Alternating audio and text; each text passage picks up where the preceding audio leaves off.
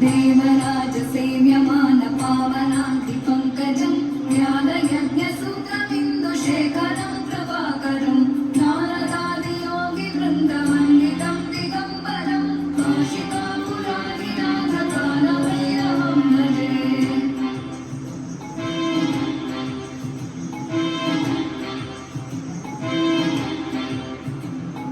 भानुकोटिभास्वरं भवाब्धितारकं परं नीलकण्ठवीप्सितार्थदायकं त्रिलोचनं कालकालमम्बुजाक्षमक्षशूलमक्षरं काशिकापुरादिनाथ कालभैरवं भजे।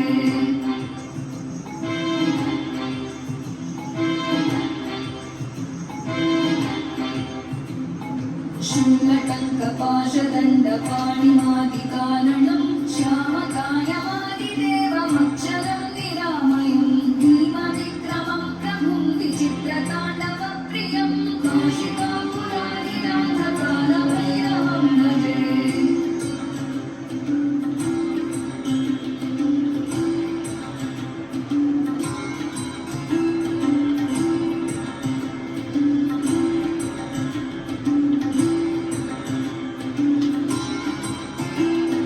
मुक्तिदायकं प्रशस्तचारुविग्रहं भक्तवत्सलं स्थितं समस्तलोकविग्रहं विनिक्मणं मनोग्रहेम किङ्किणीलसत्तटिं काशिकापुरादिनाथ कालभैरवं भजे।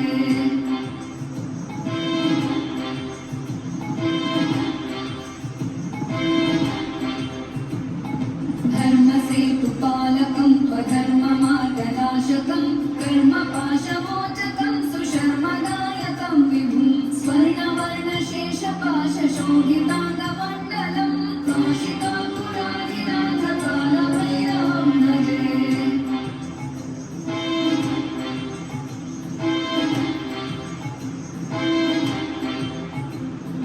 रत्नपादुकाप्रभाविरामपादयुग्मकं नित्यमद्वितीयमिष्टदैवतं निरञ्जनं मृत्युदर्पनाशनं करालदंशमोक्षणं काशिकापुरादिनाथ कालभैरवं भजे।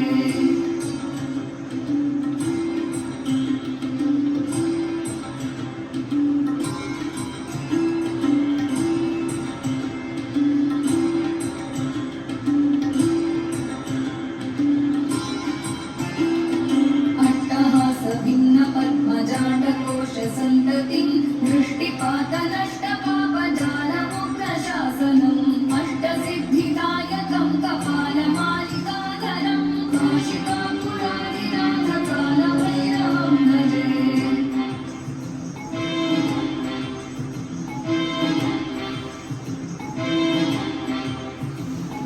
भूतसङ्घनायकं विशालकीर्तिदायकं काशीवासलोकपुण्यपापशोधकं विभुं नीतिमार्गकोविदं पुरातनं जगत्पतिं काशिका